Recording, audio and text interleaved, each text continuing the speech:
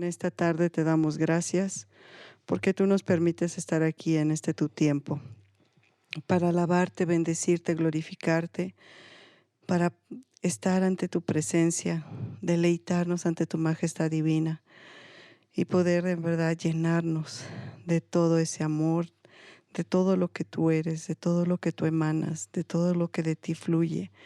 En verdad, Señor, gracias porque es un privilegio estar ante tu presencia, recibir ese llamado, permitirnos ser enseñados e instruidos por medio de tu Santo Espíritu, poder recibir toda esa guía y esa dirección para que esto nos lleve a conocerte y también a hacer tu voluntad. Y así, Señor, que tú nos permitas hallar gracia a tus ojos. Aquí estamos tus hijos, Señor, a tus pies, postrando nuestro corazón ante ti, pidiéndote perdón, piedad y misericordia por cada pecado que cometemos contra ti y contra nuestro prójimo, por cada pecado que cometemos de pensamiento, palabra, obra u omisión.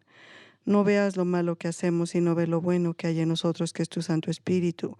Y por medio de esto, Señor, pues tú llénanos, inúndanos, guíanos, dirígenos, enséñanos, para que de verdad todo lo que hagamos sea conforme a tu voluntad y sea de aroma agradable a ti. Permite que este tiempo de enseñanza, tú, Señor, seas el que nos enseñe, seas tú el que de verdad nos revele, nos dé entendimiento y comprensión a través de este estudio de las 7 iglesias, para que así, Señor, pues abras más nuestro entendimiento y a través de esto podamos conocerte más, entenderte más, comprenderte más, y esto también nos lleve a hacer tu voluntad, aprender a obedecerte, para hacer solo tu voluntad perfecta, no la de nosotros, sino la tuya. Y de esta manera honrarte y glorificarte en todo momento y en todo instante. Y que por medio de estos estudios que tú nos das, también, mi Dios, nos permitas dar fruto. Y estos frutos que sean solo para que te honren y te glorifiquen y exalten tu santo y bendito nombre.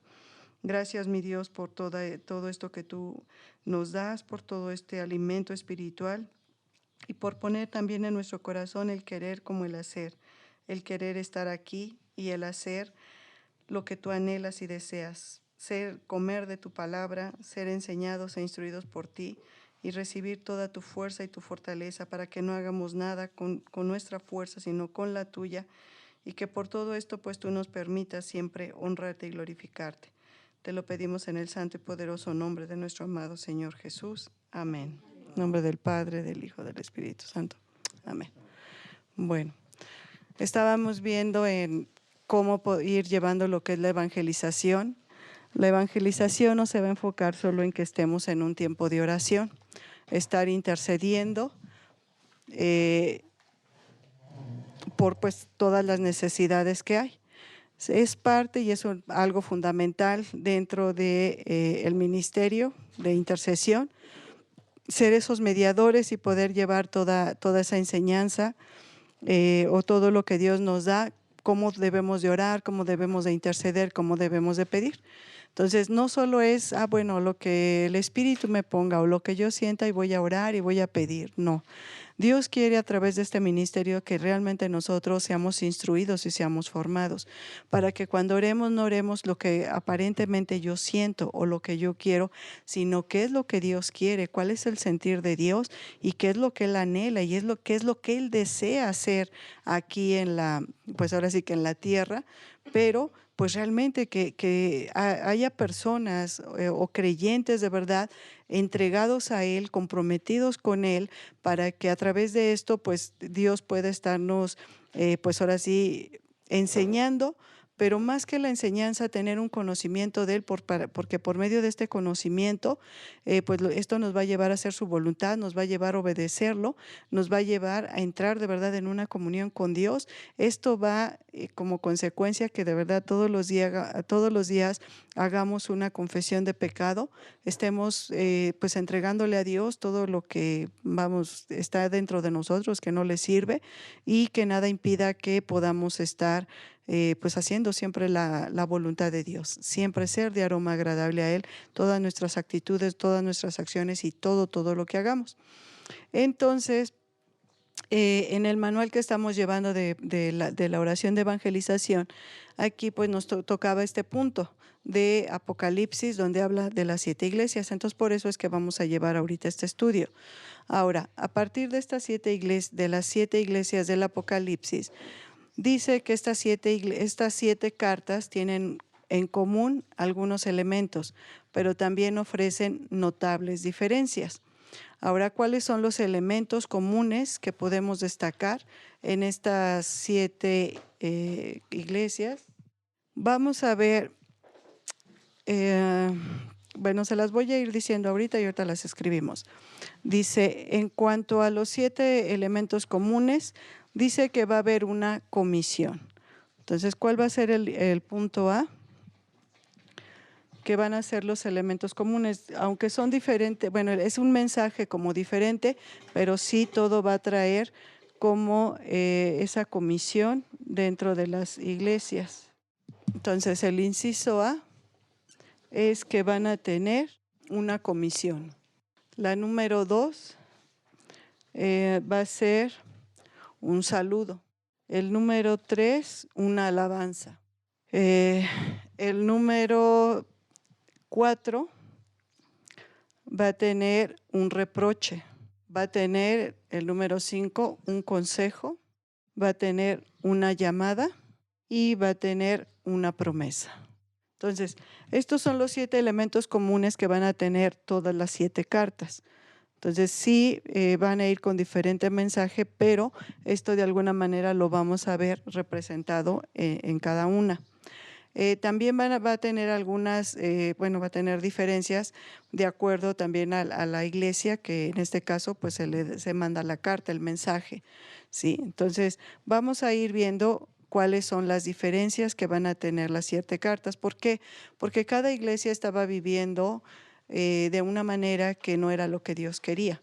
Aunque ellos ya habían tenido la instrucción y habían tenido la guía y la dirección de qué era lo que Dios quería de ellos, o sea, conforme a sus mandatos, conforme a todo lo que en este caso Cristo había dado y había enseñado, pues de las iglesias pues estaban desviando de ese camino. Entonces, por eso es que vamos a ir viendo todas estas diferencias. Dice que el mensaje a las 7 iglesias, vamos a ver primero el mensaje de Éfeso.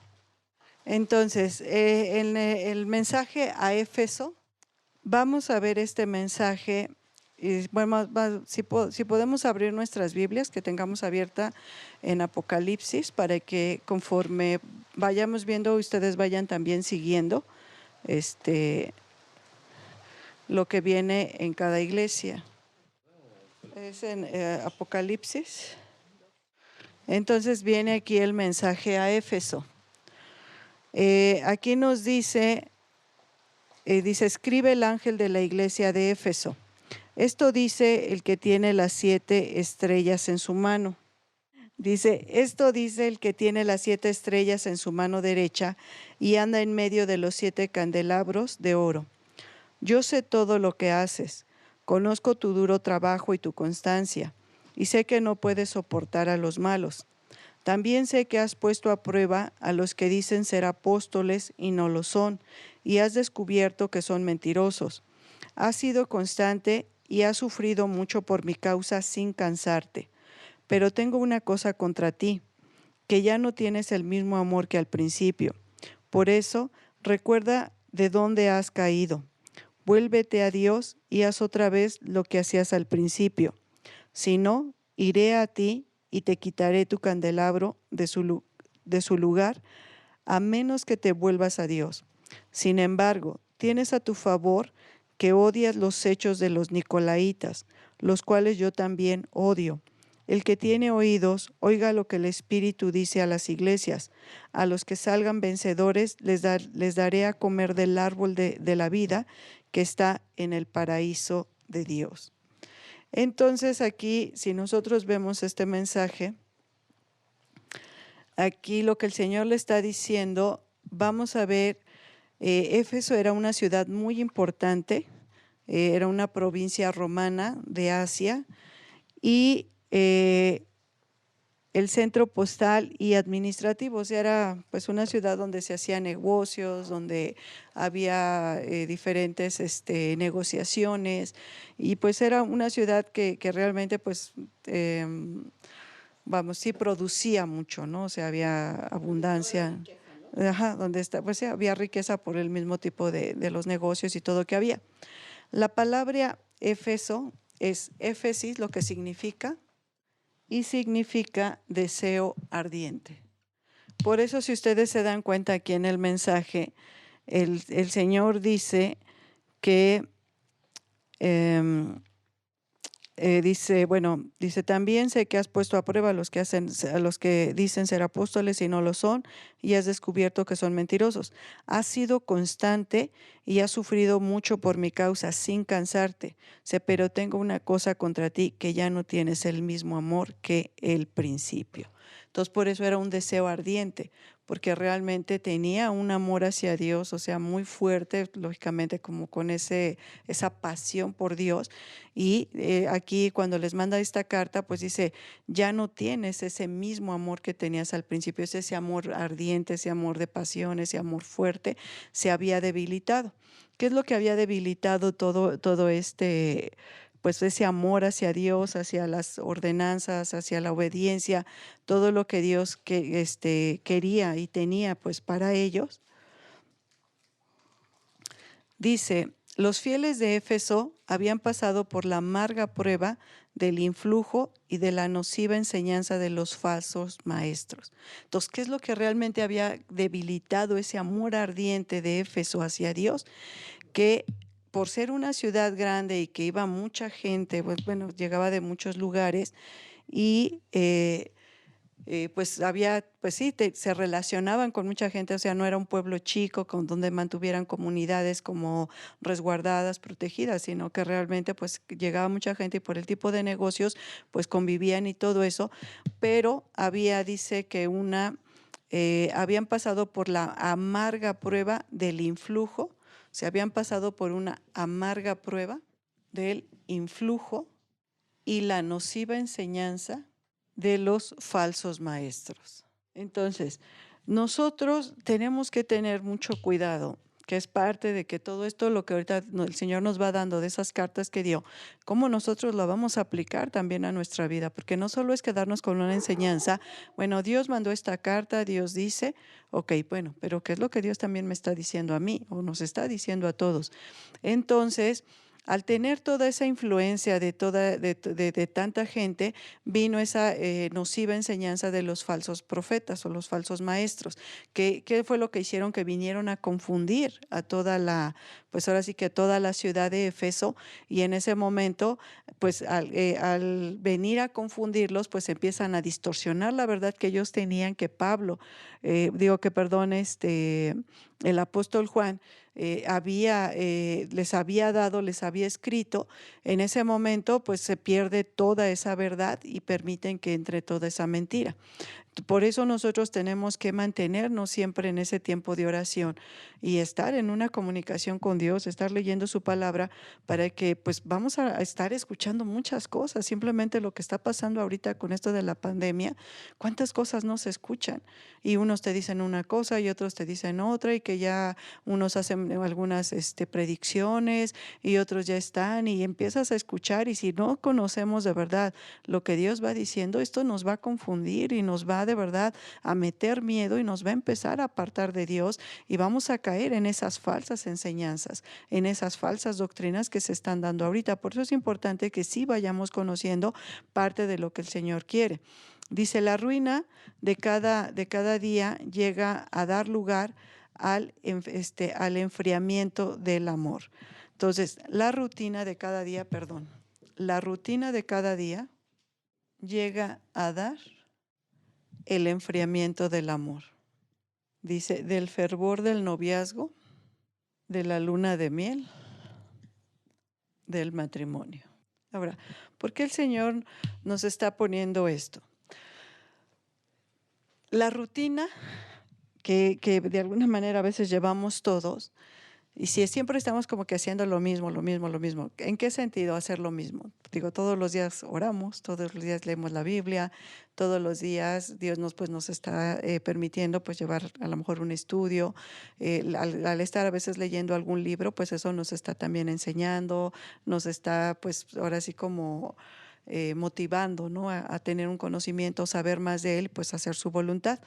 La rutina que muchas veces Dios se enfoca es la rutina de todo lo que hacemos los días. O sea, todos los días pues tengo que pararme, tengo que bañarme, tengo que trabajar, tengo que hacer esto, tengo que hacer lo otro. Y a veces llevamos tanto esa rutina y ya lo hacemos de una forma tan mecánica que pues ya es un comportamiento aprendido. O sea, ya tienes algo que dices, pues esto, así lo tengo que hacer, así, así. Y entonces, esa misma rutina que nos va llevando de llevar ese trabajo, esa vida rutinaria, pero rutinaria en lo externo, en lo físico, en todas las actividades que hacemos, eso es lo que viene muchas veces a dar ese enfriamiento de ese amor. Ahora, del fervor del noviazgo y de la luna del miel de matrimonio. ¿Qué es lo que Dios quiere en una relación con sus hijos? ¿Qué es lo que dice Apocalipsis? Que Dios está preparando a la novia. O sea, ¿quién es la novia? La iglesia. ¿Para qué la está preparando a la novia? Para que la novia esté sin defecto, sin mancha, sin pecado, perfecta, para que cuando venga el novio, en la segunda venida que es Cristo, en ese momento encuentre a su novia, o sea, su iglesia sin mancha, sin pecado, pues sí, sin nada que impida que se pueda llevar como ese noviazgo puro, santo, perfecto. Por eso Dios nos está pidiendo constantemente que nosotros todos los días entremos en esa comunión con Él de estar confesando nuestros pecados. No sé, digo, a mí me llamó mucho la atención lo que les mencionaba, bueno, lo que Dios más bien nos dio en el retiro, de que Él ya nos bañó con la sangre de Cristo, ya nos limpió. Pero todos los días nos estamos ensuciando los pies. Y entonces ensuciar los pies es pues todos los pecados que de alguna manera vamos cometiendo día a día. Entonces, el Señor, cuando nosotros vamos y nos postramos a Dios y confesamos nuestro pecado y nos arrepentimos de verdad de apartarnos de esto, Él nos lava los pies y nos vuelve a dejar limpios, o sea, limpios ya sin mancha, sin pecado, y eso pues nos permite seguir teniendo esa relación, en este caso con el novio, que es Cristo. Entonces, esta relación con el novio, y si nosotros no caemos en la rutina de que es que ya no me da tiempo de orar, no me da tiempo de estudiar, no me da tiempo de esto, no me da tiempo de lo otro, en ese momento esa es la rutina que yo voy a caer de que ya no tengo tiempo para estar, en este caso con mi amado, con mi novio, de estar de verdad deleitándome en su presencia, y la rutina es lo que va a hacer que yo me enfríe. Muchas veces porque dentro del noviazgo o del matrimonio hay esos rompimientos, porque se caen en esa rutina. En esa rutina sí nos podemos decir, pues yo te amo, yo te quiero, eres importante para mí, pero qué chispa se le está dando día a día a ese matrimonio, a esa relación, qué es lo que estamos haciendo para ir pues como manteniéndola viva. O sea, no estancada, no muerta. O sea, ¿qué estamos haciendo? Y muchas veces perdemos esa chispa dentro del noviazgo, dentro del matrimonio, y por eso realmente los matrimonios se fracasan por eso, por esas rutinas que se están cayendo, por ese conformarte, ya, pues ya la vida es así, o ya esto, ya el otro, o sea, como que no hay ese darle pues esa vida, ¿no? A tu vida, a tu matrimonio, a tu relación. Entonces son cosas que tenemos que cuidar mucho, y mucho de lo que hacemos externo, eso va a repercutir también en lo espiritual. O sea, ¿cómo llevas tú tu vida? Si tú tu vida siempre, pues ya tienes como pues sí, como tu esquema o tu plan del día, y tú ya lo tienes, pues a tal hora hago esto, y a tal hora, y a tal hora, y a tal hora, entonces va a llegar un momento en que sí haces las cosas de Dios, pero igual, pues a tal hora, y o sea, le pierdes ese entusiasmo, le pierdes vamos, como ese chiste a esa relación, ¿no? Algo que yo le agradezco mucho, mucho a Dios, que cuando yo veía que yo, o sea, en mi vida natural, ¿no? No conocía de Dios, porque cuando me casé con Enrique, bueno, nos casamos, pues no conocíamos de Dios, pero había algo yo cuando veía que estaba cayendo en rutina, yo decía, Sonia, actívate, motívate, no te quedes aquí. Y siempre estaba buscando qué hacer. siempre así, ¿qué cambios voy a originar aquí?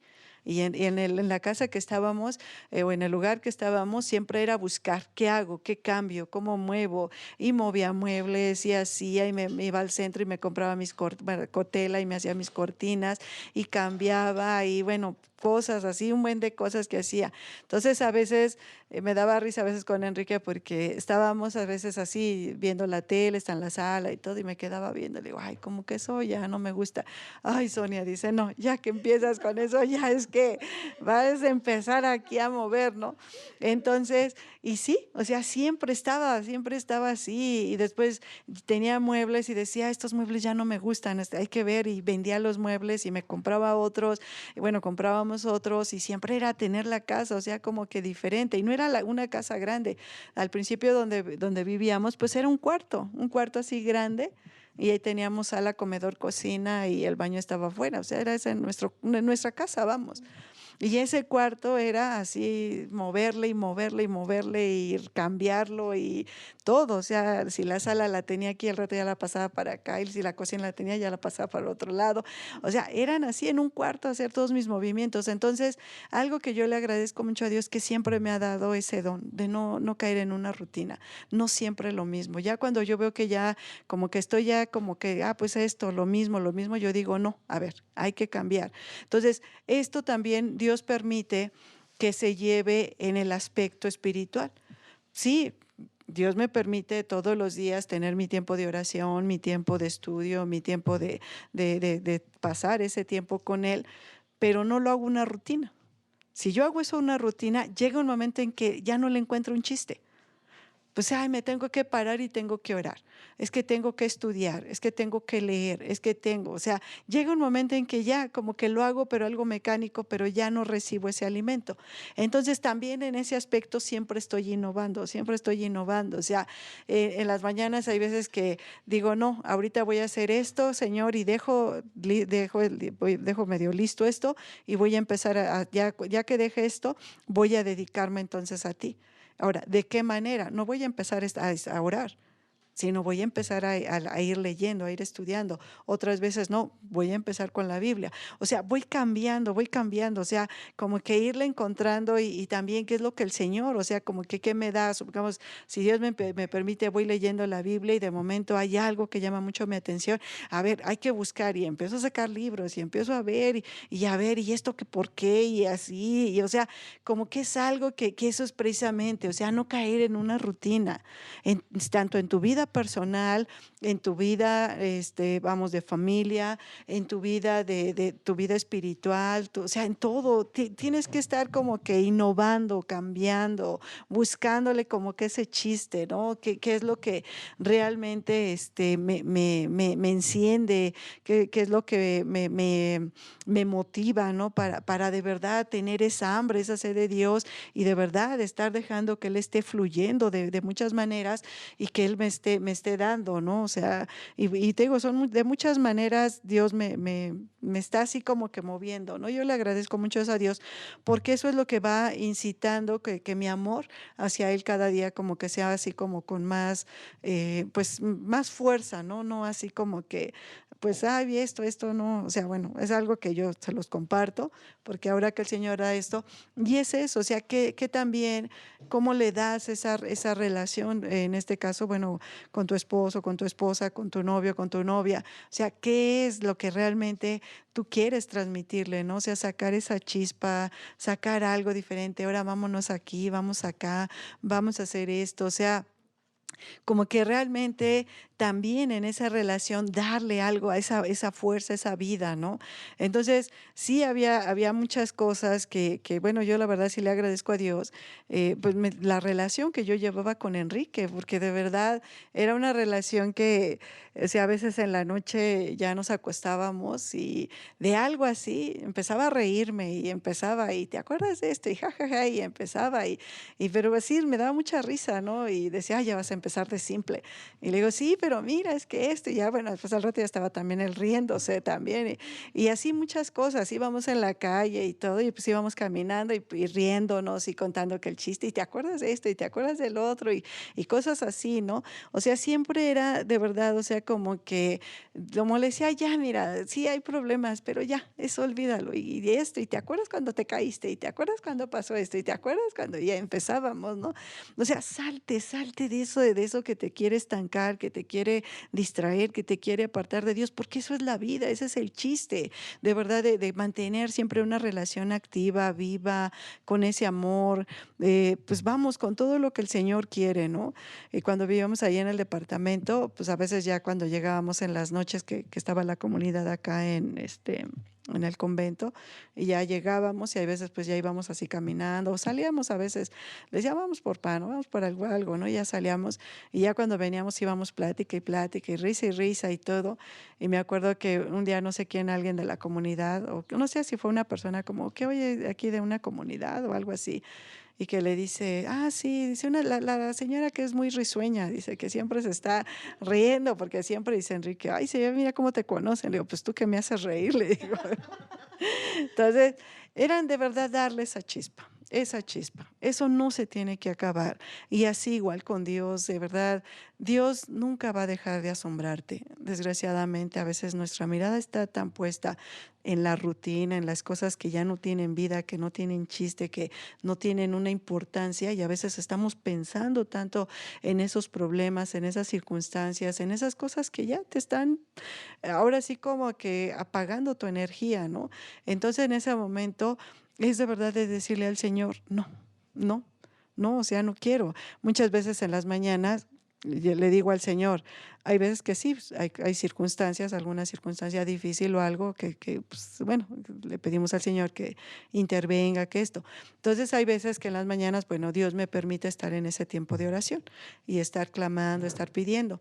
Llega un momento en que le digo, Señor, ya no quiero estar orando por eso, porque el estar me desgasta, porque estoy entrando en mucha preocupación, en mucha angustia, y la energía tú me das a través de tu palabra, a través de mantener no una oración de pedir, sino estar en ese tiempo con Él, de llenarme, de solo estarme deleitando en su presencia. Y le digo, cuando entro en la preocupación, toda la energía que tú, Señor, me llenaste, se está yendo en esas preocupaciones, y digo, no, es que la energía que Dios me da, yo no la puedo usar para estar, que se desgaste o sí se desgaste en algo que no tiene un sentido. Entonces digo, no, es mantener ese tiempo de oración y estar dejando las preocupaciones y todo, Señor, te dejo y yo me mantengo en esa relación contigo. Es parte de lo que el Señor quiere. Por eso muchas veces todos estos falsos maestros tienen fuerza en nosotros, porque estamos tan preocupados, estamos con tanto miedo, con tanta angustia, que viene alguien o escuchas algo y te distrae y, ay, pues es que mira, pues con razón me siento así, o por esto, porque mira lo que está pasando, lo que están diciendo en la tele, lo que dice tal persona, lo que dice. Entonces ya quité totalmente mi mirada de Dios, y eso es muchas veces lo que llegó a pasar en esta iglesia, de que se perdió realmente ese primer amor, por estar escuchando todo esto y caer en esa rutina, y de alguna manera pues ahí se gasta toda la energía. En la rutina gastas la energía de una manera tonta, la verdad, tonta, ¿no? Pues estarte siempre preocupando, siempre angustiando, y qué ahora qué hago, y ahora qué esto, y cómo se soluciona. Gastas toda energía. ¿De qué te sirve o que de qué sirvió de que él en la mañana leíste su palabra, te alimentaste, estuviste en esa oración, estuviste meditando, estuviste de verdad llenándote del Señor, para que el mal te robe esa energía, esa vitalidad, esa fuerza en preocupaciones y en todo? No, no permitas que el enemigo te robe de esa manera la energía que Dios te da, sino al contrario, alaba a Dios, glorifica a Dios, porque esa energía, si tú la usas de una manera correcta, de alabar, glorificar y decir, Señor, sí está pasando esto, pero no pongo mi mirada en esto, sino en ti, te alabo y te bendigo y te glorifico, esa energía es como si sigues enchufada de alguna manera, o enchufado a Dios, y te está transmitiendo esa energía, esa fuerza, esa vitalidad, te hace salir de la rutina, te hace tener tu mirada en Él y no estar escuchando todo lo que el mundo de alguna manera pues está diciendo. Dice aquí, dice, suele ser un proceso lento, pero desemboca en una crisis tremenda. Entonces, la rutina te va llevando por un proceso lento que no te das cuenta y llega un momento en que llegas en una crisis que ya no sabes cómo solucionar muchas cosas. Dice, el enfriamiento del amor significa traición. Fíjense, esto es muy importante porque de verdad a veces cuando nosotros tenemos ese enfriamiento del amor, el Señor dice que eso significa traición. Estamos traicionando a Dios porque pierdo ese entusiasmo. Cuando la gente muchas veces dice es que ya no quiero ir a la comunidad, ya no siento ese amor, ya no siento esas ganas, ya no siento como ese mismo entusiasmo, pues no te estás enfriando por la gente que está, te estás enfriando en ese a Dios, ese amor a Dios, y estás traicionando a Dios. Por eso Dios no quiere que haya ese enfriamiento. Por eso dice, yo no quiero ni fríos, no quiero tibios, o fríos o calientes. ¿Por qué? Porque de ese momento muchas veces el enfriamiento pues, es estar tibio. Y tibio estás traicionando a Dios. Tenemos que mantener o decir, Dios, no me interesas, o decir, eres todo para mí, ¿no? Entonces tenemos que definirnos en algo para no traicionar a Dios, ¿sí? Dice, 30 años antes esta iglesia había sido encomiada por su amor. O sea, realmente algo que había destacado en esta iglesia era el amor que sentía por Dios, la obediencia que mantenían. Y por eso se había distinguido de todas las demás iglesias por ese amor ardiente a Dios. Por eso dice que su nombre, Éfesis, es un deseo ardiente. O sea, había algo que nada lo apartaba de Dios. Dice, el verdadero cristianismo no consiste en recordar el amor pasado, sino mantener el mismo amor ardiente a Cristo. Entonces, no es de que, ay, es que antes, cuando muchas personas que dicen, ¿no? Es que cuando yo llegué a la comunidad, ay, no, yo sentía ese amor y yo veía a las personas y, ay, no, me sentía motivada y ahora, no, ya no tengo ese amor. Ya no tengo ganas de ir a la comunidad. Entonces, ahí es cuando realmente estamos solo, a veces nos quedamos en ese recordar el amor pasado. Ay, ¿cómo era antes la comunidad? ¿Cómo era antes? La comunidad sigue siendo la misma. Pues Dios es el mismo, Dios no cambia. Ahora, sí, Dios permite que pasen algunas circunstancias dentro de las comunidades, pero parte es para que a través pues ahora sí, enfrentar muchas cosas de desacuerdos, de pues malos entendidos, de chismes, de muchas cosas, es de que uno no ponga atención a eso y Señor, sí, se está dando todo esto, pero pues tú me pones aquí para que yo aprenda a amar. Y si yo aprendo a amarlos tal como son, aún con todos sus errores y todos sus defectos, Señor, pues yo al que le estoy demostrando es el amor es a ti, no a ellos.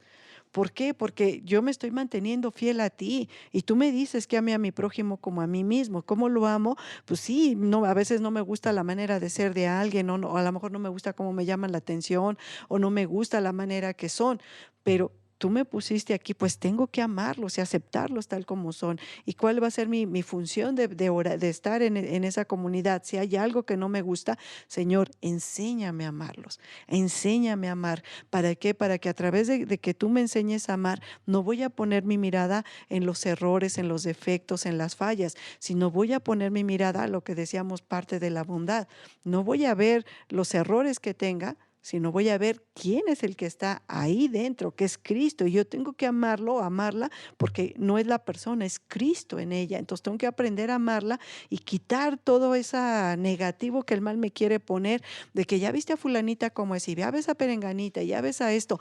No voy a ver lo que son, sino voy a ver qué hay más allá, qué hay dentro, que es el Espíritu de Dios, Cristo mismo viviendo, porque es un cristiano, y si es un cristiano es porque Cristo está en él, en ella. Entonces tengo que ir mi mirada, Señor, que mi mirada, tú de verdad abras mi vista espiritual para que no vea lo de afuera, las fallas, los errores, lo que quizás no me guste, y yo pueda ver más allá, trascienda más y vea lo que tú ves, el espíritu tuyo dentro de esa persona y a Cristo dentro de ella. Entonces, eso es lo que me va a llevar a que yo en una comunidad donde pueda encontrar de alguna manera mucha oposición por todo lo que yo pueda percibir de la gente, lo malo de la gente, que es mentira y es engaño del mal, porque la lucha no es contra carne y sangre, sino contra seres espirituales de maldad. Entonces, la lucha no es de que, pues es que fulanita no me cae bien o perenganita no me gusta cómo es. No,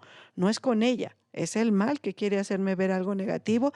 No voy a caer en su trampa, o sea, ese amor hacia Dios, no voy a dejar que se enfríe, sino me voy a mantener unida a Dios y le voy a pedir de verdad que me dé más amor por esa persona. Entre más el mal quiera que yo la odie o me resienta y la rechace, pues entre más yo sienta ese deseo, pues más le voy a pedir a Dios que me dé amor por esa persona. O sea, ir más allá, o sea, que ese amor hacia Dios no se enfríe. Pero ¿cómo se enfría? Cuando tú empiezas a ver los errores de las personas. Ya no quiero ir porque no me gusta cómo es fulana. Ya no quiero ir porque no me gusta cómo es perengana. No es que no me gusta porque cómo me tratan. No es que no me gusta cómo me hablan. Ahí estás dejando que el enemigo nos engañe y empezamos a rechazar a las personas. Al rechazarlas, empieza a haber un enfriamiento. Y a veces te quedas, ay, es que cuando yo llegué, ay, qué bonita comunidad. Y ahora, ay, no. Entonces, es parte de ese engaño. Y es exactamente, siempre. Porque si no, el mal va a hacer que veas lo negativo de la persona y no veas de verdad lo que es importante. ¿Qué hay dentro de esa persona? Dios hay. Porque si está el Espíritu Santo y si está Cristo, pues ¿quién más? Pues está Dios, porque ellos no podrían estar si Dios no está tan, o sea, bien por ser la Trinidad, ¿sí? Entonces dice que el verdadero cristianismo no consiste en recordar el amor pasado, sino en mantener el mismo amor ardiente a Cristo. Entonces nosotros tenemos que mantener el mismo amor ardiente en Cristo. Entonces, eso es lo que Dios quiere, que no haya un enfriamiento en nosotros. Dice, el pan nuestro sobre la mesa de oro del templo debía ser fresco, no pasado. Cuando estaba el tabernáculo, estaba el templo, estaba el lugar, el atrio, el lugar santo y el lugar santísimo. Entonces, en el lugar santo había una mesa que era la mesa de los panes. Esos panes, las esposas de los sacerdotes eran las que los preparaban, no era cualquier persona, porque como eran alimentos que se iban a llevar al templo, en este lugar, en el lugar santo, en ese momento, pues sí, tenía que haber, Dios puso un orden muy estricto, ¿no? ¿Quién tenía solo que entrar al templo? ¿Cuáles eran las funciones de cada miembro de los que Dios había elegido para estar y, bueno, hacer todo lo que se requería dentro del templo? Entonces, las que hacían los panes de los, que se ponían en la mesa de los panes, que era el símbolo del pan de vida que es Cristo, eran las esposas de los levitas, de los sacerdotes. Entonces, todos los días tenían que cambiar los panes, todos los días. Entonces, esos panes recién hechos, como Dios los pedía, se presentaban, se ponían en el templo, y esos panes que se quitaban, pues estaban bien de un día para otro, pues no era así. Digo, muchas veces nos comemos el pan de un día para otro y no está duro, nada. Pero ese pan entonces ya se lo podían comer los sacerdotes y ya podían comerlo. Pero el pan que se ofrecía, el pan que se le ofrecía solo lo podían comer los sacerdotes, nadie más. El pan que se quitaba, o sea, ya que se cambiaba, ese pan sí ya lo podían comer otras personas. Si nosotros vemos en el libro de Samuel, cuando David está en guerra, tiene hambre, entonces llega al templo y se come el pan. Y estaba prohibido que se comiera el pan. Pero David con sus soldados no se comieron el pan que era del día, es como que se comieron el pan que había de un día anterior, vamos. Por eso no cayeron en pecado. Y comieron de ese pan, si nosotros leemos en el libro de Samuel, por eso no cayeron en pecado, porque estaba prohibido que el pan, solo los sacerdotes podían comerlo, no otra persona. Y si otra persona lo comía, caían en pecado.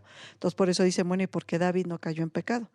porque no se comió el pan del día, que era ofrecido a Dios, al sacerdote, sino que era el que habían quitado y ese pan fue el que le dieron. Entonces no cayeron en pecado. Entonces nosotros vamos viendo aquí cómo ese pan dice, así debe ser el amor del cristiano, siempre nuevo, porque el amor es el alma del cristianismo. Entonces, el amor siempre debe de ser ese amor nuevo,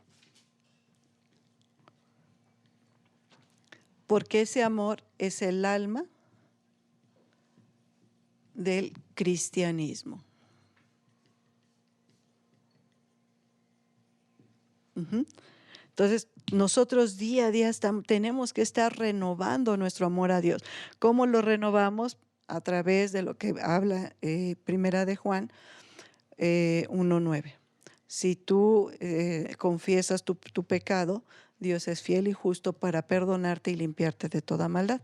Entonces, si tú vas, reconoces tus errores, reconoces tus pecados, los confiesas ante Dios, eres sincero, eres auténtico, en ese momento Dios está viendo tu corazón porque tienes un amor hacia Él, no quieres que nada impida tu relación. Entonces, cuando tú confiesas y quitas todo eso, se vuelve a renovar ese amor, o sea, un amor limpio, un amor puro. Entonces, de esa manera es como nosotros tenemos un amor nuevo hacia Dios. Entonces, no hay que dejar ningún día de pedirle perdón a Dios por los pecados que cometemos día a día, ¿sí?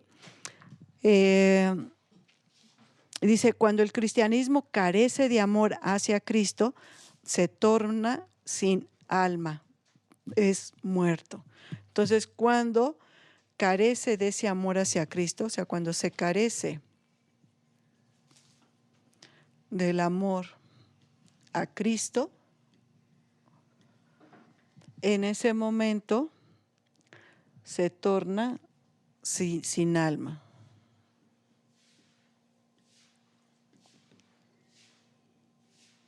Que sería muerto. Sí. Entonces, si nosotros no estamos amando a nuestro prójimo y de verdad pidiéndole al Señor que nos enseñe a amarlos, entonces nosotros estamos careciendo del amor a Cristo. Carecer del amor a Cristo no es pues ya no quiero a Cristo, ya no me importa, lo voy a ignorar, lo voy a rechazar. No, porque día a día nosotros le estamos diciendo a Cristo que lo amamos, que lo queremos, estamos leyendo su palabra, estamos obedeciendo, pero obedecer es amar a nuestro prójimo. No quedarte con lo malo, los errores, los pecados o las fallas que tengan las personas, sino tal como son las amo. Y pedirle al Señor que cada día renueve más ese amor hacia esas personas. Entonces, de esa manera es como mi alma no va a ser un alma muerta, va a ser un alma viva. ¿Por qué? Porque está amando a Cristo. ¿Pero por qué amo a Cristo? Porque estoy amando a mi prójimo. Entonces, es parte de un proceso que tenemos que llevar nosotros como cristianos. Dice, los elementos del primer amor son entonces sencillez y pureza. Entonces, ¿cuáles son los elementos de ese amor? Son sencillez y pureza. Entonces, esto es algo que tiene que ser característico de nosotros. Esto es lo que tiene que ir, lo que hablábamos ahora en el retiro, de ese fruto del Espíritu, que es, había la humildad. Entonces, en la humildad entra lo que es la sencillez, o sea, ser humilde, ser sencillo, no jactarte, no sentirte más que los demás, sino realmente ver a los demás como mejores que tú, que es parte también de la mansedumbre. Entonces, de esa manera vamos a mantener una sencillez, tratar de pedirle al Señor que no caigamos tampoco en esa arrogancia, porque a veces cuando Dios nos empieza a dar, y pues sí, de alguna manera nos sentimos privilegiados, nos volvemos arrogantes y nos sentimos a veces más que los demás. Esa arrogancia de verdad es como si cayéramos en idolatría. Entonces, por eso tenemos que pedirle siempre al Señor que nos dé esa sencillez de corazón, esa humildad, para que nunca nos sintamos mejor que nadie, ni compararnos con nadie, sino esa persona es mejor que yo y así como Dios la bendice con dones, pues Dios también me da esos dones, porque si yo puedo ser humilde, pues es porque Dios me ha dado un don. Y pureza. La pureza es mantener una pureza de pensamiento, una pureza de palabra, una pureza en mi corazón, no desearle ningún mal a nadie, no desear las personas, o sea, no ser, pues sí, desear a nadie, vamos, ni de un hombre, de una mujer, no desear, algo así como dicen, la mujer de mi prójimo, no desear a ninguna mujer ni a ningún hombre, de esperar que siempre Dios nos dé, pues ahora sí que el hombre, la mujer que Él tiene para nosotros, para que de esa manera, pues de verdad gocemos de esa bendición, esa pureza de verdad de tener un corazón limpio, de amar a mi prójimo, de aceptarlo tal como es, de no resentirme, no guardar rencores, resentimientos, sino amar de verdad, ¿no? Y de esa manera, pues ese amor nunca pues, se va a enfriar. Después dice, el amor de la iglesia a Cristo tiene su símbolo en el amor que el esposo tiene a su esposa. Entonces tiene que haber un amor de verdad así como, pues, de uno, ser uno solo, no dos, sino uno. Dice, ¿cuál es entonces el amor de Cristo por la iglesia? Un amor desinteresado, amor en el que no hubo ni el menor pensamiento de sí. Entonces, fíjense, esto es algo muy importante porque el amor que Cristo nos profesó fue un amor desinteresado y Cristo nunca pensó en sí, o sea, en sí mismo. Siempre era pensar en los demás. Entonces, ese es el amor que Cristo nos da, fue un amor desinteresado y Cristo nunca pensó en sí mismo, siempre pensó en los demás. Que eso es parte de lo que Dios quiere que nosotros como su iglesia tengamos, no estemos pensando, pues es que mis problemas, voy a orar y voy a pedir por mis problemas, por mis necesidades. No. No voy a pensar en mí, voy a pensar en los demás, estar orando y pidiendo por los demás. Entonces, cuando nosotros quitamos la mirada de nosotros y ponemos la mirada de verdad en las verdaderas necesidades de los demás, estamos también actuando con ese amor que Dios pide, un amor puro, un amor sencillo, un amor íntegro, un amor honesto. Entonces, parte de lo que Dios quiere, pues es ese amor desinteresado y siempre pensando en los demás. Esto es características de la iglesia de Éfeso. Vamos a ver ahora el mensaje de la iglesia a Esmirna. Entonces, de la iglesia a Esmirna, aquí si nosotros vemos igual en Apocalipsis 2, aquí nos dice el mensaje a Esmirna. Dice, escribe también el ángel de la iglesia de Esmirna. Esto dice el primero y el último, el que murió y ha vuelto a vivir. Yo conozco tus sufrimientos y tu pobreza, aunque en realidad eres rico, y sé lo mal que hablan de ti los que se dicen judíos, pero no son otra cosa que una congregación de Satanás. No tengas miedo de lo que vas a sufrir, pues el diablo meterá en la cárcel a alguno de ustedes, para que todos ustedes sean puestos a prueba. Y tendrán que sufrir durante 10 días. Mantente fiel hasta la muerte, y yo te daré la vida como premio. El que tiene oídos, que oiga. El que oiga lo que el Espíritu dice a las iglesias. Los que salgan vencedores no sufrirán ningún daño de la segunda muerte. Entonces, vean parte de lo que hablábamos al principio, o sea, siempre va a tener un mensaje, va a tener una comisión, va a tener un reproche, un consejo, va a tener una llamada, que es el que tiene oídos que oiga, y va a tener una promesa. Y aquí pues esto lo vamos a ir viendo en todas en estas cartas de a las 7 iglesias. Ahora, ¿qué es lo que el Señor quiere?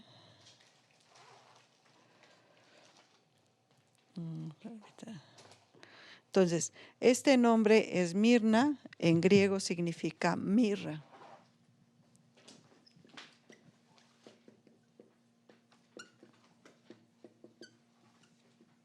¿En griego dices? Ajá. ¿Por qué en griego? Porque todo el Antiguo Testamento está escrito en hebreo. Entonces, cuando buscamos significado de las palabras del Antiguo Testamento, siempre vamos a encontrar el significado hebreo. El Antiguo Testamento fue escrito en griego. Entonces, cuando buscamos una definición de una palabra en el griego, la raíz, la raíz de una palabra siempre va a ser en griego porque fue escrito en griego. Entonces, todo el Antiguo Testamento normalmente va a ser hebreo, y el Nuevo en griego. ¿Sí? Para que igual esto nos vaya ayudando a ir entendiendo cuando a veces se dan las definiciones. El Nuevo en griego, en griego. Uh-huh. Entonces, aquí vemos, dice, la fidelidad a Cristo comportaba no solo tribulación, sino también pobreza. Entonces, cuando Dios nos pide que de verdad nos mantengamos fiel a Él, ¿sí? Mantenernos fiel a Cristo,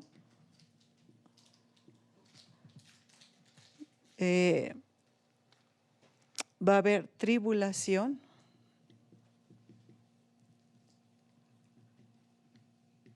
y pobreza.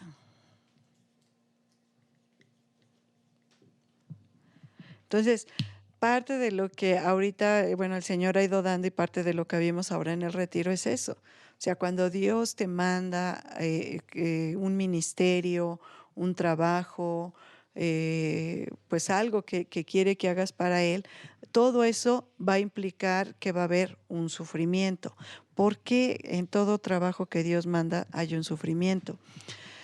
Miren, si Dios te dice a cualquiera de nosotros, ¿no? ¿Sabes qué? Quiero que abras un ministerio, vamos a suponer, de sanación. Ok. Entonces, a cualquiera de nosotros Dios nos da esa misión. Y dice, ¿sabes qué? Tú fulanito vas a llevar este ministerio. En ese momento, pues, ¿cómo se va a sentir uno? Uy, no, pues Dios puso la mirada en mí y pues me dijo que yo lleve este ministerio. A mí Dios me está eligiendo para que yo sea el líder de este ministerio. Pues de alguna manera entra cierta soberbia, un orgullo, ¿no? De que, pues yo como que ya soy mejor, como que yo esto, lo otro, ¿no? Entonces, si nosotros llevamos el ministerio, lógicamente, ¿a qué nos va a llevar este ministerio? Nosotros tenemos que prepararnos. O sea, si Dios te da una misión de que lleves un ministerio de sanación, pues primero tienes que empezar a decir, bueno, ¿y qué es la sanación? Entonces, tienes que empezar a investigar qué es la sanación. ¿Qué es la sanación? Entonces, en ese momento, pues vas a empezar a estudiar. Vas a empezar a investigar y todo. Una vez que ya más o menos tienes la idea de sanación, bueno, a ver, voy a empezar a estudiar, escudriñar la palabra de las palabras de sanación y qué fue lo que surgió. Entonces empiezas a estudiar, empiezas a prepararte, empiezas a ir, pues sí, o sea, profundizando en el ministerio que te dio, a aprenderlo. Entonces, lógicamente, pues viene un conocimiento, viene mayor entendimiento, mayor comprensión. Entonces, vas tomando guía. Esto te lleva también a que tienes que empezar a leer libros de sanación. Entonces, empiezas a leer libros de sanación y dices, a ver, cómo se debe de orar para sanar y qué elementos debe de haber, qué método, cuál debe ser la preparación, cómo debe de ser la actitud. Entonces empiezas todo un proceso de una formación. Lógicamente Dios te lleva y lo permite porque pues está viendo que estás tomando en serio este compromiso. No solo dice, pues Dios me dio el don de sanación, pues que el Espíritu Santo me guíe a ver cómo lo hago. No, uno tiene que empezar a mostrar un interés, tienes que empezar a disciplinarte, a estudiar, a prepararte, a que Dios te forme, a que Dios te guíe, que Dios te dirija. Todo este plan, todo ese proceso de preparación, lógicamente conforme vas teniendo mayor entendimiento y mayor comprensión, también el mal puede usarlo para causar esa arrogancia en ti y empezarte a sentir mejor que los demás. Yo ya sé, o sea, ya no solo tengo un ministerio, sino que ahora ya sé más que ellos y les voy a decir y les voy a enseñar. Y si alguien hace algo y no está bien, no, es que eso no se hace así porque mira, o sea, a veces empezamos a entrar en un estado de superioridad con los demás. Entonces dice Dios, sí, tú te comprometiste y he visto tu entrega y he visto tu entusiasmo y he visto realmente tu interés de verdad de prepararte y todo. Pero si Dios deja que sigamos en ese camino, como empieza a entrar un poco de orgullo y de esa arrogancia, en ese momento el ministerio puede ser falsificado. puede infiltrarse el enemigo, porque en nosotros puede entrar esa soberbia o ese orgullo. Entonces, ¿qué dice Dios? Ya has dejado que yo te guíe, que yo te dirija, sí has mostrado interés, un compromiso, te has disciplinado y te has permitido que yo te enseñe, que yo te forme, pero ahora no quiero que hagas nada a tus fuerzas. Entonces Dios permite el sufrimiento y te empieza a quebrantar para que de momento tú digas, Señor, pero pues es que si yo, pues tú me diste este ministerio y pues yo ya estudié, ya preparé, ya esto, y porque ahora pues me permites pasar por esta prueba, por esta tribulación. Lo que veíamos la vez pasada. En la debilidad es donde yo me hago fuerte. Entonces, cuando Él te hace sentir que no eres nada y te va a permitir cuando tú entres en ese ministerio que cometas errores, que pues de alguna manera, pues sí, la gente como que diga, pues no, que Dios le dé el ministerio, mira, no sabe, que te juzguen, que te critiquen, que inclusive pues ahora sí, que hablen mal de ti, cosas así. O sea, Dios va a permitir todo eso a tu alrededor, que la gente, pues sí, o sea, como que pues sí, o sea, hable mal de ti. A fin de cuentas va a ser eso, va a hablar mal de ti. Entonces, eso que Dios está permitiendo es porque el Señor te está preparando para que tú digas, Señor, de verdad es que yo no sé, no sé. Ahora me doy cuenta que no solo es lo que yo pueda estudiar, lo que yo pueda prepararme, lo que yo pueda aprender, sino es realmente que no sea yo, sino que seas tú. Entonces, por eso Dios va a haber, siempre va a haber una tribulación y va a haber una pobreza. O sea, Dios te prueba así de irte quitando y irte quitando para ver si tú eres fiel a Él, y que no importa que no tengas las cosas o no tengas nada, ¿dónde está realmente tu corazón? Dice, donde están tu corazón están ahí tus riquezas. Entonces ahí es donde Dios empieza a ir tratando con nosotros para que de esa manera no nos sintamos nosotros que somos los que estamos haciendo las cosas, los que podemos, sino de decir, Señor, de verdad, con esta prueba y con esta tribulación me doy cuenta que yo no sé nada, pero tú lo eres todo. Y ahora, Señor, esto se está haciendo no por mí, por ti. Entonces, es toda una preparación que Dios nos da, que por eso siempre va a haber en todo ministerio, se tiene que pasar por eso. No es de que ya tienes el ministerio y ya, como dice, ¿no? Juan Camané, ya te sientes. No, o sea, Dios te prueba y te hace caer en una humildad para que, dice, conviene que yo disminuya para que yo crezca. ¿Qué pasó con Juan el Bautista? Él llegó y pues empezó a hablar y arrepiéntanse, y la gente se empieza a bautizar y pues no, es que es un gran profeta. ¿Y por qué? Porque las autoridades no le hacían nada. De alguna manera también tenían un temor a Dios y no le hacían nada a Juan el Bautista. Pero ¿qué pasa cuando ya entra Cristo? En ese momento, pues Juan el Bautista, pues ya lo encarcelan. Y llega un momento en que Juan el Bautista dice, conviene que yo disminuya para que tú crezcas. Entonces, a veces Dios nos quita, o sea, sí nos prepara, como le hizo con Juan el Bautista, lo preparó, permitió que su ministerio, todo lo que le dio fuera de alguna manera grande, pero llega un momento en que él dice, quítate ya, quítate porque yo entro. Eso es lo que muchas veces Dios nos dice. Te da un ministerio, te empieza a preparar, te permite que sí avances y que tengas un crecimiento espiritual, que la verdad, o sea, seas bendición para otros, pero llega un momento en que dice Dios, sí, pero ahora te voy a quitar, o sea, te voy a sentir que no eres nada, no porque no seas nada, sino porque necesito que tú disminuyas, a que tú de verdad entres en una humildad y digas, Señor, no soy nada, tú, este ministerio es tuyo, no es mío. Si tú no actúas, pues nada va a suceder, porque no es lo que yo sepa, sino lo que tú haces. En ese momento realmente te humillas, en ese momento disminuyes, entras en una humildad y permites que sea mostrado el poder de Dios y que le sea dada la gloria a Dios. Entonces, parte de lo que el Señor quiere. ¿Sí? Dice, ya que los creyentes solían surgir más bien entre las gentes de condición humilde. O sea, dice, se añadía esto, el que al profesar la fe cristiana eran despedidos del trabajo y del oficio secular. Con la pobreza venía el hambre y los sacrificios de toda índole, y con frecuencia la persecución y la muerte violenta. Entonces, pues era de verdad, tú dices que sigues a Cristo, pues sí, pero ya no puedes trabajar y no solo eso, caían en una pobreza donde no tenía nada, pero también pues los perseguían y después pues ya los mataban. Dice, no es fácil seguir a Cristo cuando todo, dice, no es difícil seguir a Cristo cuando todo marcha bien. Entonces, si todo te marcha bien, tienes trabajo, tienes dinero, tienes casa, tienes salud, ay Señor, yo te sigo, te amo y todo. Dice, es fácil incluso ser héroe de un momento, pero es más difícil servir a Dios fielmente y seguir a Jesús en medio de una constante angustia. Entonces, cuando caes en esa angustia y que está la situación difícil y que no, y que dice el Señor, ahora de verdad, o sea, sígueme, o sea, mantente fiel a mí y aunque estás pasando todo esto, que nada te haga dudar de verdad de quién soy yo y que pues, de verdad estoy contigo y no te dejo.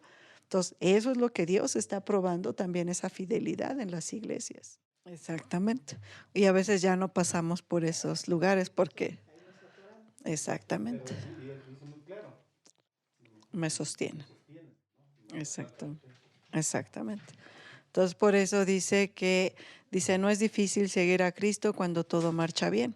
Es fácil incluso ser héroe de un momento. O sea que, pues yo aquí en la comunidad y hago y esto y lo otro, ¿no? Y Dios me bendice y Dios me unge y todo. Dice, pero es más difícil servir a Dios fielmente y seguir a Jesús en medio de una constante angustia. Dice, perseverar en el deber de cada día en medio de una cerrada oposición. O sea, realmente perseverar en ese deber que Dios te da en esa cerrada oposición, o sea, donde la situación de verdad está difícil. Dice, qué consuelo para los creyentes de Esmirna saber que Cristo conoce bien y comparte su aflicción. Entonces él sabe, Cristo también pasó por mucha oposición. Sí, no sé si se recuerdan de una diapositiva que decía que la oposición es o huyo o enfrento.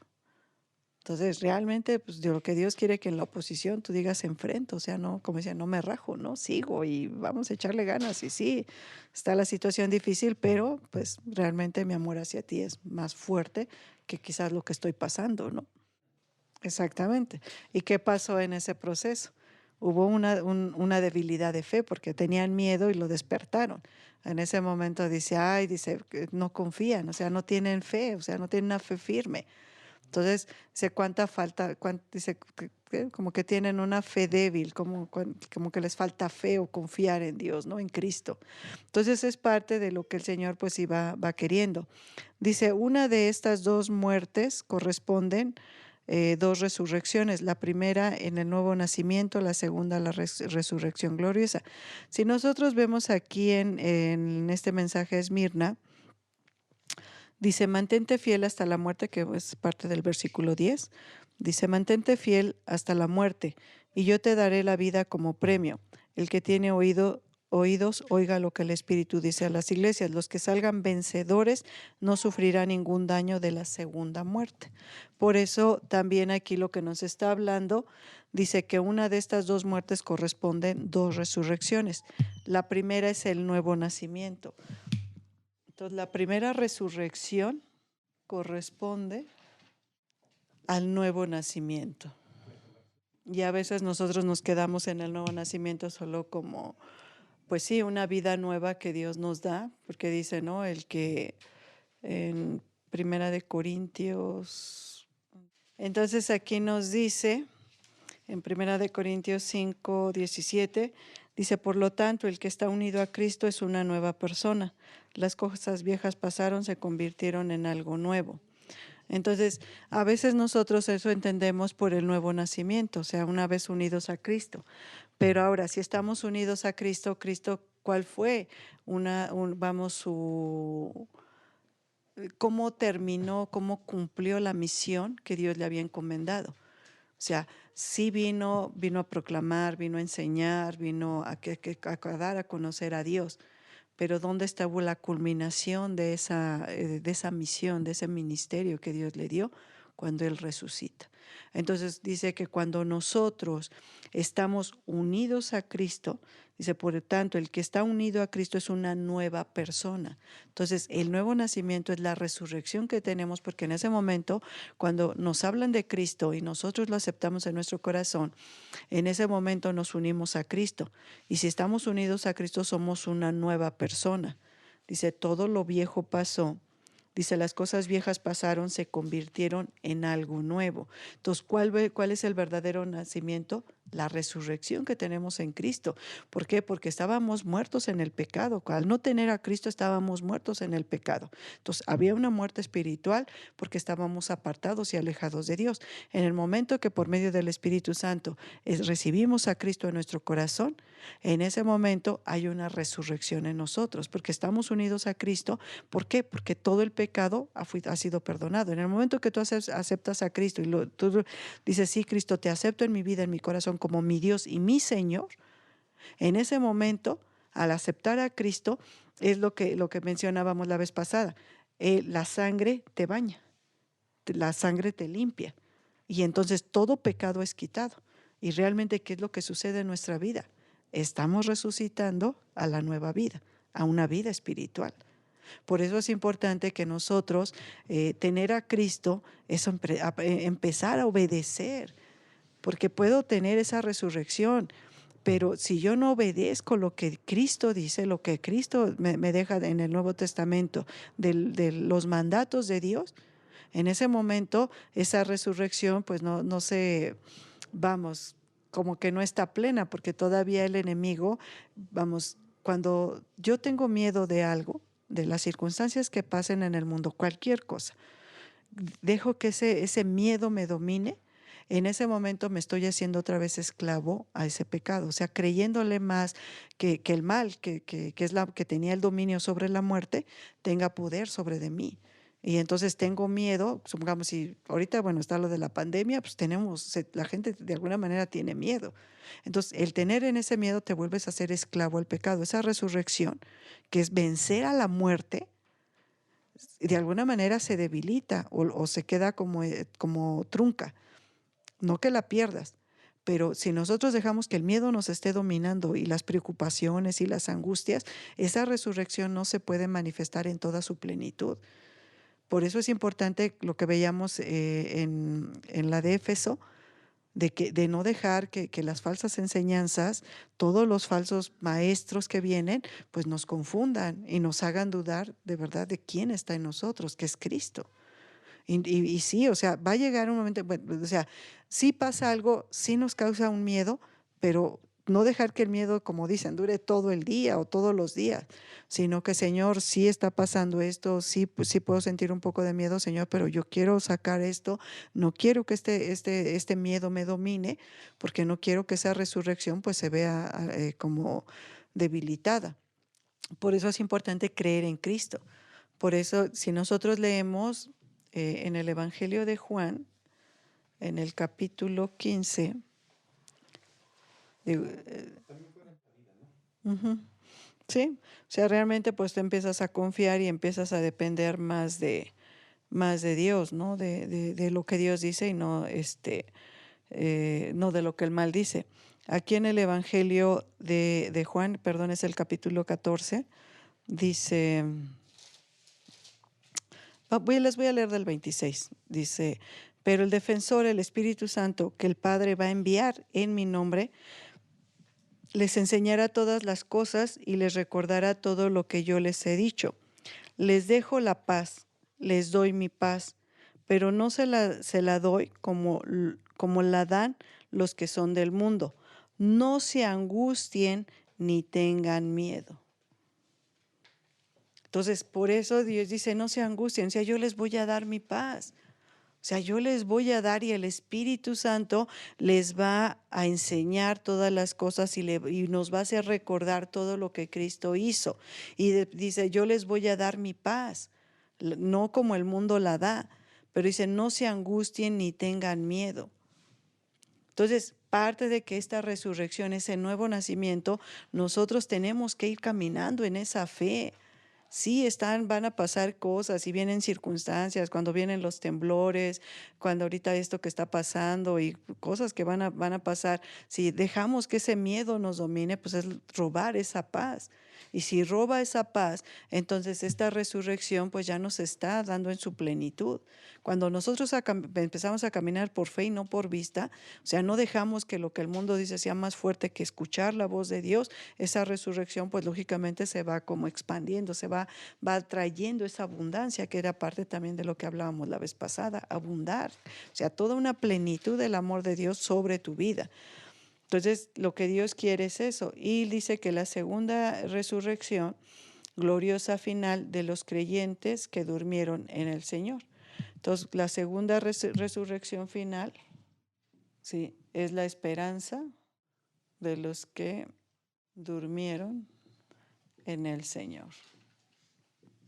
Entonces, todas las personas que creyeron en Cristo desde el Antiguo Testamento y que pues todavía Cristo no venía y murieron en esa esperanza de que el Señor pues no los iba a dejar en el sepulcro, en el Seol, sino que el Señor los iba a permitir que llegaran al cielo. Entonces esa es la segunda resurrección, la final. O sea que el Señor a todos los que murieron con la esperanza, Dios los va a resucitar en un cuerpo perfecto y que puedan gozar de la presencia de Dios. Uh-huh. Vamos a ver nada más otra y ya vamos a dejar porque sí, para no así verlas tan rápido. Vamos a ver el mensaje a Pérgamo. Entonces con esto terminamos, sería lo de la iglesia de Esmirna. Entonces esa es la esperanza y no tener ese, pues ahora sí que ese miedo a morir, ¿no? Digo ahorita que pues el Señor ha permitido todo esto con lo de Enrique, pues a veces sí, al momento no se crean, pues sí cuesta trabajo poco a poco pedirle al Señor que de verdad nos... Ah, sí, no, voy a borrarlo de aquí arriba ahorita. Y pues es entender de verdad que es parte de la vida y hasta cierto punto pues el que Dios permita que Enrique esté con él, pues digo, pues qué bendición tan grande. Porque por eso estamos trabajando para esto, para que el día que muramos pues estemos con él. Sí, realmente sí, es parte de lo que Dios quiere, que siempre dejemos un legado de paz, un legado de bendición. Bueno, entonces la tercera es el mensaje a Pérgamo. Aquí nos dice en este mensaje, dice, escribe también el ángel de la iglesia de Pérgamo. Dice, esto dice el que tiene la aguda espada de dos filos. Yo sé que vives donde Satanás tiene su trono. Sin embargo, sigues fiel a mi causa. No renegaste de tu fe en mí, ni siquiera en los días en que Antipas, mi testigo fiel, lo mataron en esa ciudad donde vive Satanás. Pero tengo unas cuantas cosas contra ti, que ahí tienes algunos que no quieren apartarse de la enseñanza de Balaam, el cual aconsejó a Balac que hiciera pecar a los israelitas, incitándolos a comer alimentos ofrecidos en sacrificio a los ídolos y a la prostitución. También tienes ahí algunos que no quieren apartarse de la enseñanza de los nicolaítas. Por eso vuélvete a Dios, de lo contrario iré pronto a ti, y con la espada que sale de mi boca pelearé contra ellos. El que tiene oídos que oiga lo que el Espíritu dice a las iglesias. A los que salgan vencedores les daré a comer del maná que está escondido, y les daré también una piedra blanca, en la que está escrito un nombre nuevo, que nadie conoce sino quien lo recibe. Palabra de Dios. Entonces, es que bueno, ahorita pues estoy nada más yéndome un poquito rápido, o sea, lo más esencial, pero ya hacer bien el estudio y todo lo que hay es muy interesante, o sea, sí es mucho, pero bueno, para que no. Bueno, Pérgamo significa ciudadela.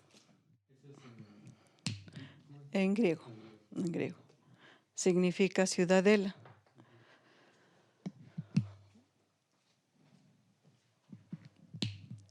Dice, esta iglesia representaría el mensaje de la iglesia con el Estado a partir de la presunta conversión del emperador Constantino a la fe cristiana y el subsiguiente declaración del cristianismo como religión oficial del Estado. Entonces nosotros vemos aquí que el emperador Constantino es convertido a la fe cristiana. Y de esa subsiguiente declaración, o sea, de ese mensaje que él da de su conversión, viene la declaración del cristianismo como religión oficial de Estado. Entonces aquí ya es donde se inicia lo que es la religión cristiana. O sea, ya los que creen o aceptan a Cristo. Ahí es donde inicia ya la religión cristiana. Aquí en esta ciudad de Pérgamo, que era una ciudadela. Y dice, y todo esto unido a la superstición les voy a leer un poquito antes, porque dice, fue también la primera ciudad que erigió un templo al emperador Augusto, el año 29 a.C. Después erigieron también templos a Roma y a los emperadores Trajano y Severo. También Venus, por supuesto, era venerada. En ese tiempo, en esta iglesia,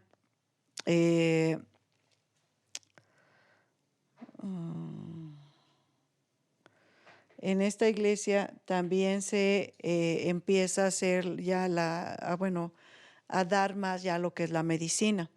Dice, y todo esto unido a la superstición curandera en el emporio mismo de la medicina, dice, todo esto hacía que la situación de los creyentes de Pérgamo fuera especialmente difícil en aquella ciudad, que según testigos de la época se dedicaba a la idolatría más que todo el resto de Asia.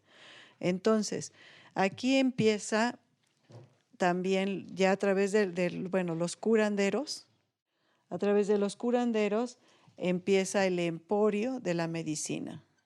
También había idolatría más que en el resto de Asia. Entonces había, más que en todos los lugares, ahí era donde se estaba enfocando más todo lo que era pues adorar a dioses, y bueno, aquí dice que a Venus y pues a otro tipo de dioses. Dice, allí los cristianos eran forzados a ofrecer incienso a la imagen centro de la adoración del emperador. Dice, entonces aquí ya se empezaron a erigir templos a los emperadores, a varios personajes que de alguna manera, dice que ahí se erigió el templo del emperador Augusto. Después también se erigieron templos a Roma y de los emperadores Trajano y Severo, y también a la diosa Venus.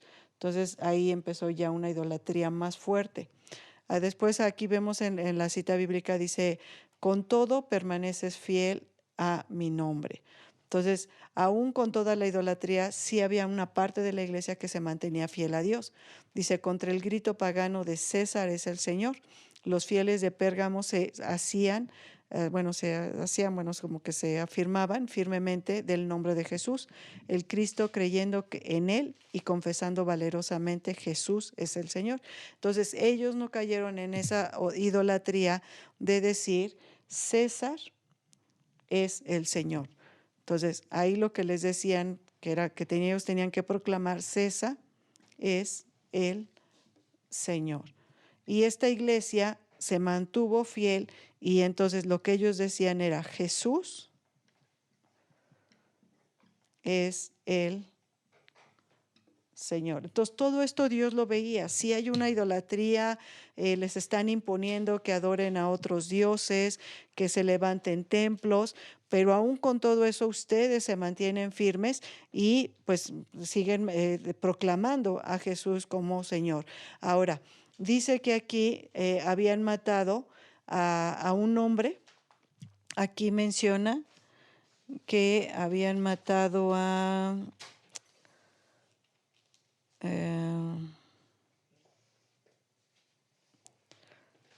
Dice, no renegaste de tu fe en mí, ni siquiera en los días en que Antipas, mi testigo fiel, lo mataron en esa ciudad donde vive Satanás.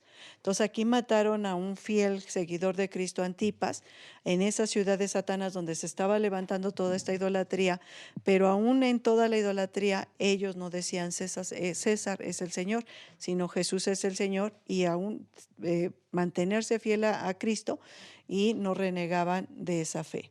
Dice, la lección que hemos de sacar de aquí es obvia. Atención a la mundanalidad entre los creyentes. No basta con la ortodoxia, también los demonios son ortodoxos. No basta tener la verdad si no andamos en la verdad. ¿Qué es lo que el Señor nos está diciendo con esto?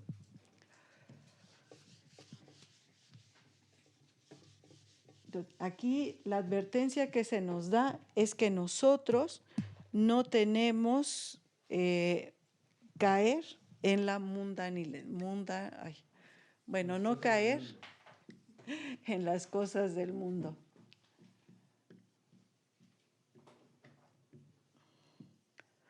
O sea, no dejar que el mundo nos jale, que el mundo nos haga dudar de quién es Dios.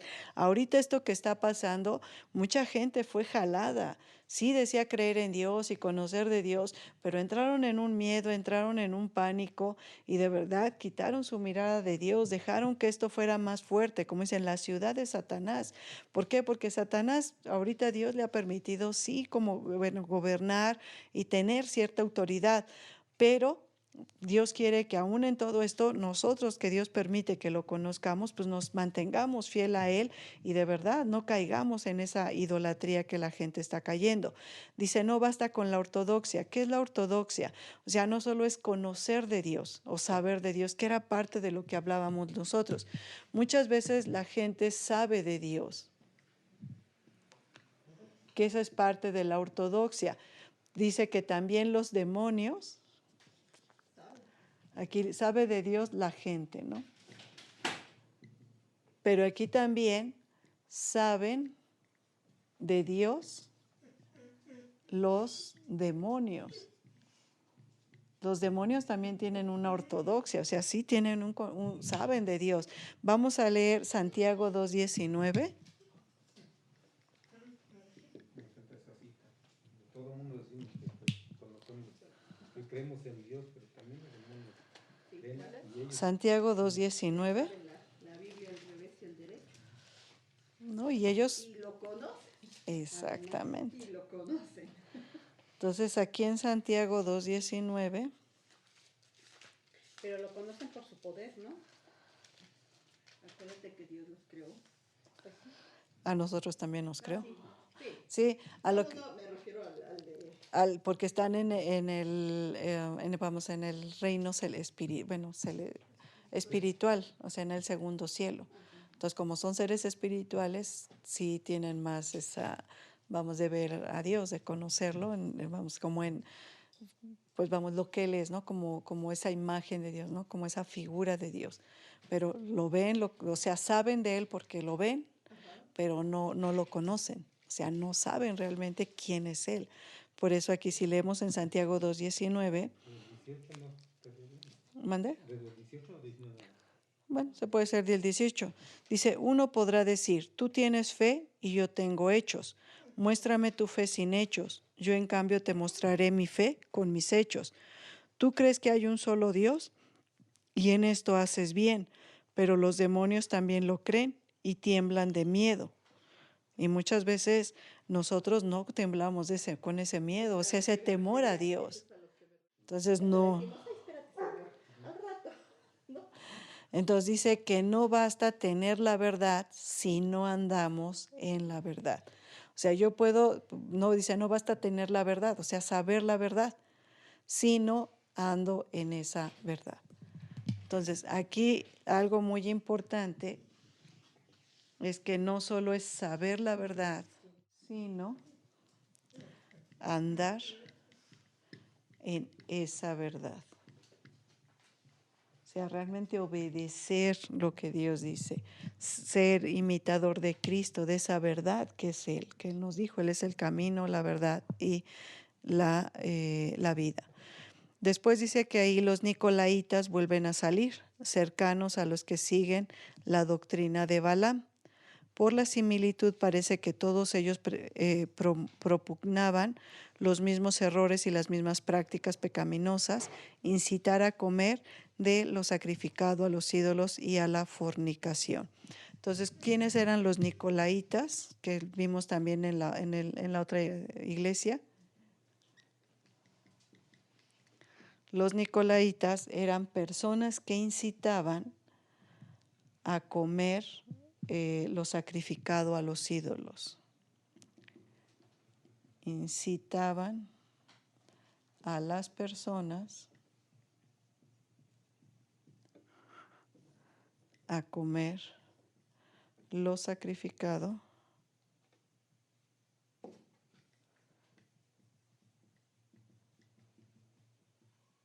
a los ídolos.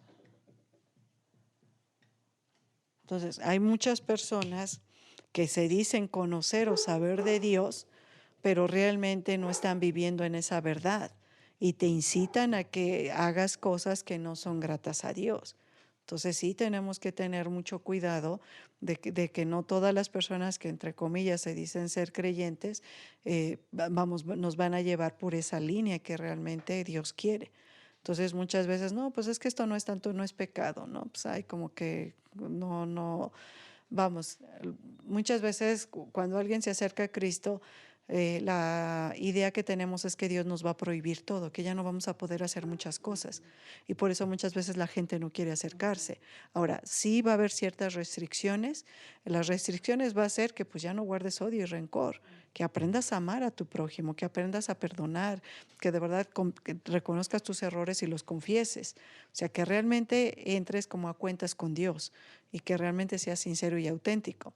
Pero tanto de que tú puedas convivir, que tú puedas, no sé, asistir a alguna reunión o ir a alguna fiesta o eso, pues realmente Dios no está prohibiendo eso.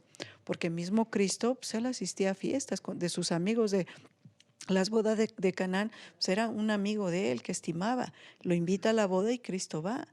Y ahí está conviviendo y está pues reuniéndose, o sea, con las personas. Ahora, Dios no está en contra de que nosotros tengamos esas reuniones, que tengamos una fiesta, pero sí tampoco caer como en los excesos, ¿no? De estar tomando, de estar, pues cosas ya así como cayendo más en lo mundano. Ajá, entonces sí vamos a asistir y todo, pero mantener pues como un orden, ¿no? O sea, mantenernos de sí acompañar a las personas, convivir con ellos, pero no caer pues en los mismos excesos que muchas veces cae pues toda la gente, ¿no? De divertirse y bueno, pues no importa lo que pase, ¿no? Entonces, aquí nosotros tenemos que tener ese cuidado de que las personas que estén pues no nos desvíen del camino que realmente Dios quiere, ¿no? Y te digo, muchas personas, la misma familia, a veces cuando estamos en las cosas de Dios y, ay, no, pues es que tú estás y ya muy santa, o tú esto, tú lo otro. Entonces, eso muchas veces es lo que va, pues, ¿para qué haces esto? Pues mira, tú antes eras así, tú venías aquí, tú hacías aquello y cosas así. Entonces, eso es lo que a veces nosotros tenemos que mantenernos. Sí, Señor, antes lo hacía, bueno, mi familia a lo mejor todavía no te conoce, pero no voy a hacer lo mismo que ellos hacen, por quedar bien con ellos. Ya no lo voy a hacer, pero porque quiero quedar bien contigo. Entonces empezar a dar ese testimonio de quién es nuestro Dios. Nuestra propia iglesia, ¿no? Bueno, los que somos católicos, con la ofrenda a los muertos, ¿no? Exactamente. Entonces cuando se hace esa ofrenda que pone el altar y que pone esto a tus muertos y cosas así, pues realmente eso Dios no lo quiere. O sea, ¿por qué? Porque realmente lo que Dios quiere, pues Dios no es un Dios de muertos, Dios es un Dios de vivos. Y si nosotros sabemos que nuestro Dios y las personas que fallecen, familiares o amigos o quien sea, conocieron de Cristo, pues ellos van a gozar de esa promesa y van a estar allá. Entonces ahí es donde nosotros tenemos que mantener más nuestra mirada, no en las cosas de aquí, sino en la de Dios y pues menos ofrecer nada, ¿no? Pues ahora sí que al mal, sino solo a Dios, ¿no? Dice, este maná está escondido del mundo, pero revelado a los creyentes sinceros ya está ya en este mundo y sobre todo en la eternidad, especialmente a los fieles de Pérgamo, que por amor a Cristo se abstenían de los banquetes idolátricos. El mismo Señor les servía en el banquete celestial, como ha prometido en su palabra. Serán alimentados por el Señor en persona.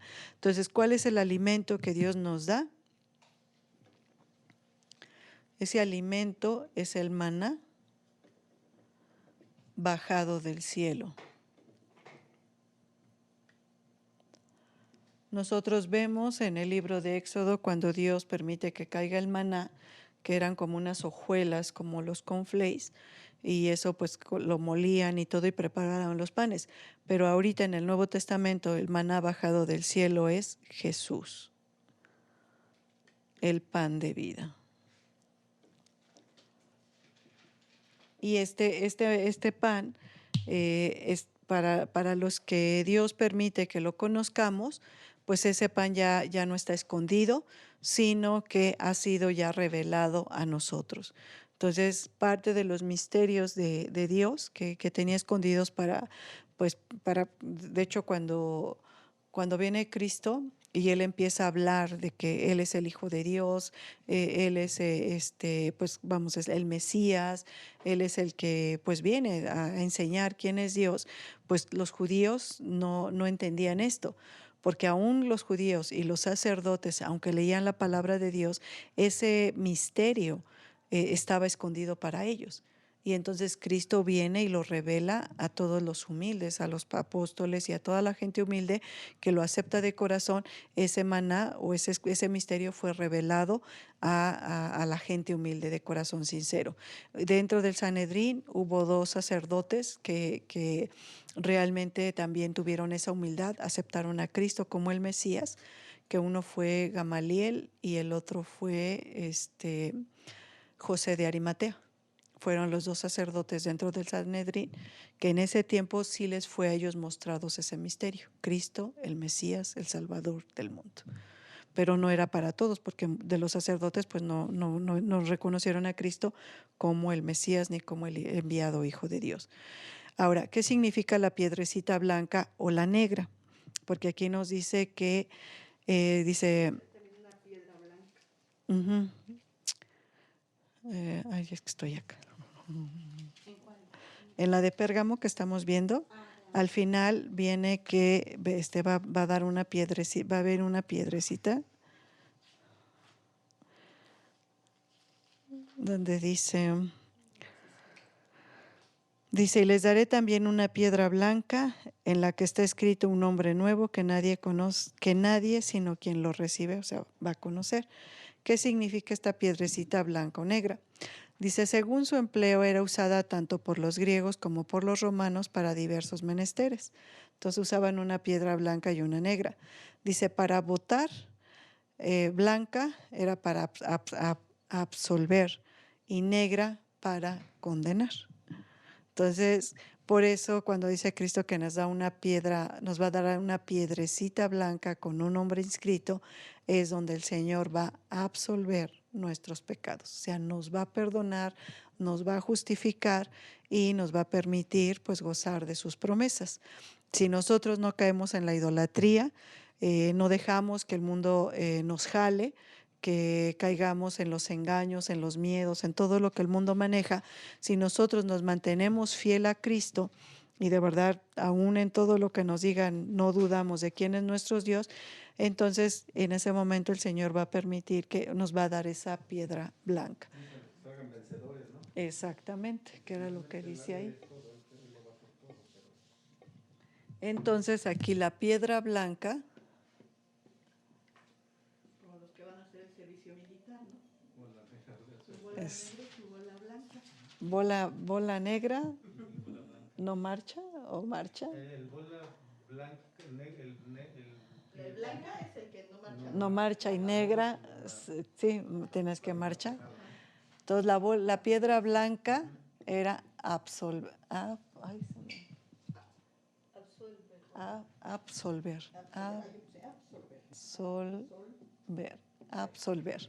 Y la piedra negra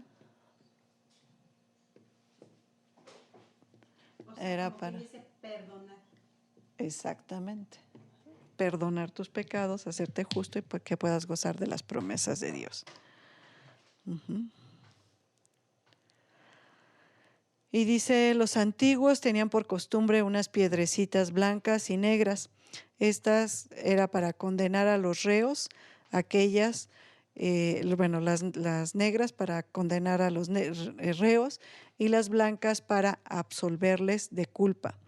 Los hebreos las usaban como Urim y Tumim para explorar la voluntad de Yahvé en forma de respuesta afirmativa o negativa.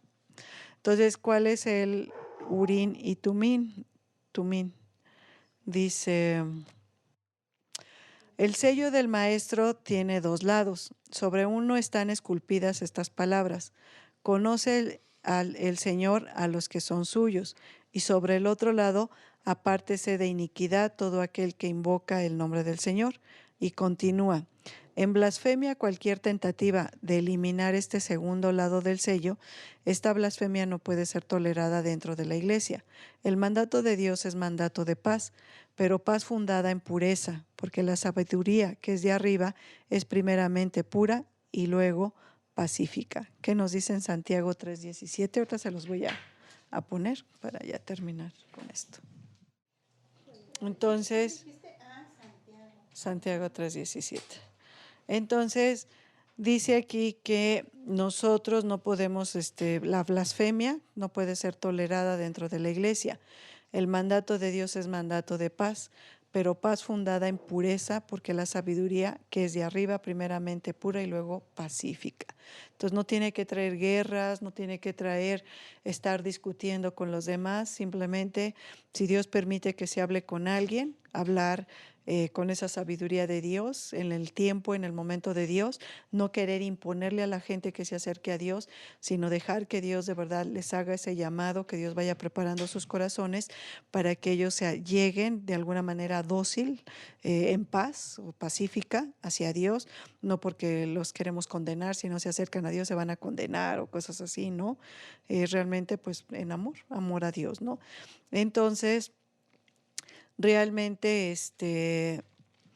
aquí pues ellos veían de lo que era, pues sí, tener como esa palabra de Dios. Bueno, entonces vemos cómo el mensaje que el Señor va dando a través de estos mensajes a estas iglesias, cómo nos habla mucho de cómo debe de ser nuestra vida. O sea, no solo es leer y, pues es que Dios dice esto y les dijo a ellos, no, también me lo dice a mí, qué es lo que Dios quiere que evite, qué es en lo que Dios quiere que de verdad yo me mantenga fiel, de alguna manera, como dice, con esa pureza, con esa integridad, para que pues Dios pues se pueda seguir manifestando y pues se haga esa voluntad de Dios, ¿sí? Entonces, bueno, con esto terminamos. La próxima semana pues yo creo que ya vemos las otras 4 para poder pues entender más lo que el Señor nos va pidiendo. Pero pues igual ustedes vayan leyendo, vayan prestando atención de verdad de qué es lo que, no dejar que el mundo nos domine, nos contamine, sino mantener nuestro corazón íntegro hacia Dios. Y todo esto es para que sea honrado, glorificado y exaltado pues en su poderoso nombre. Y todo esto para gloria de Dios.